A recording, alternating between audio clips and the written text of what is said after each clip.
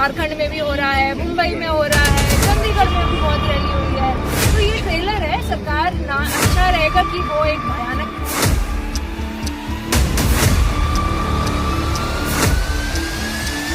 निर्दोष है साधु संतों का अपमान, साधु संतों का अपमान।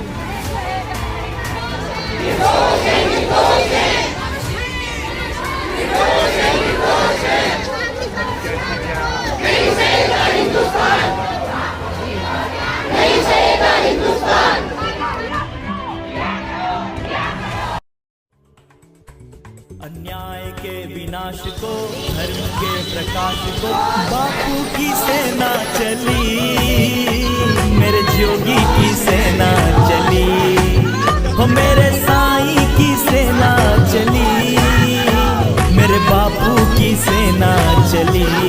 हर हर महादेव, हर हर महादेव, हर हर महादेव, हर हर महादेव। संत को प्रचार में अज्ञान अंधकार में, संत को प्रचार में अज्ञान अंधकार में एक नई ज्योति जली, मेरे बापू की सेना चली, हो एक नई ज्योति जली, मेरे बापू की सेना चली।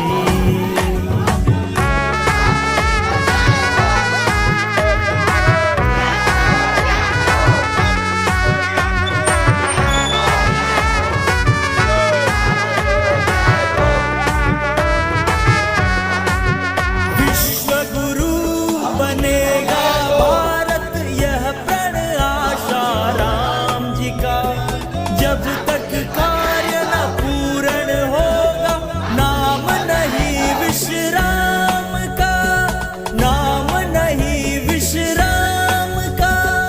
उसे मिटा सके कौन है जो हित कर जो समाज का। समय आ चला सही सत्य है, झूठ खबर संग्राम का, झूठ खबर संग्राम का। युद्ध ये विचित्र है,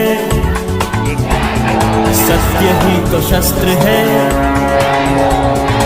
युद्ध ये विचित्र है, सत्य ही तो शस्त्र है।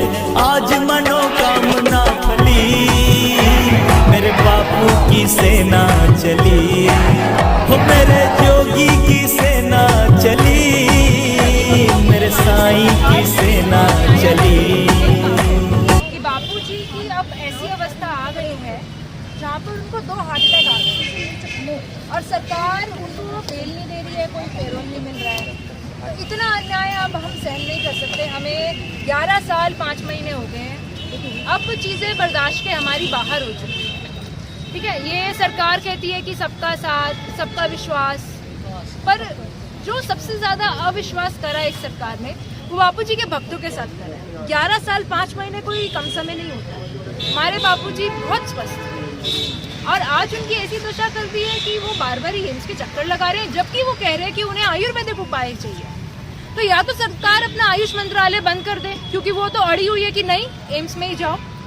और जोधपुर जैसी जगह में जहाँ पर इतनी ठंड है, ये स्वाभाविक है कि वहाँ पर हार्ट की तकलीफ बापूजी को ज़्यादा है और केयर भी नहीं है।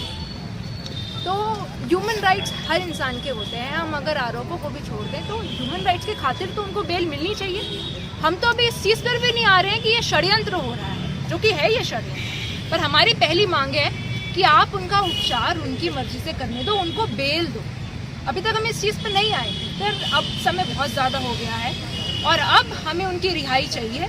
ये षड्यंत्र अगर किसी के समझ में नहीं आ रहा है तो ना आए, हम तो अपनी मांग रखते रहेंगे और हमें अब उनकी रिहाई चाहिए, क्योंकि अब बात उनके स्वास्थ्य पर आ गई है, उनकी तबीयत पर आ चुकी है और अब हमारा जो जितना भी सब्र था वो सब टूट चुका है। ये साधक आज यूँ ही नहीं आए हैं, अपना घर बार अपनी नौकरी छोड़कर आए हैं, तो ये बहुत बड़ी बात है। ये बहुत छोटे साधक है, बहुत कम समय में हमने इनको बुला लिया है। तो सरकार ये जो ट्रेलर देख रही है, जगह जगह देख रही है, रायपुर, झारखंड में भी हो रहा है, मुंबई में हो रहा है, चंडीगढ़ में भी बहुत रैली हुई है।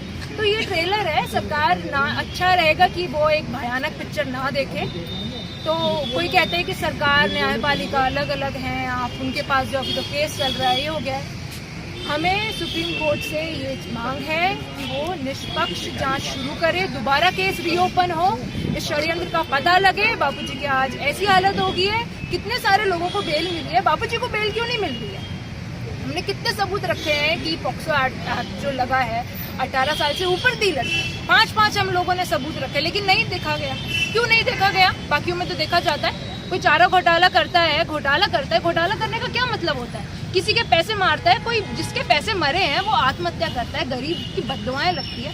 बापूजी ने तो इतने लोगों का घर बनाया है, बापूजी ने संस्कृति की रक्षा करी है, मातृ पितृ पूजन जैसा त्योहार 14 फरवरी के लिए दिया है।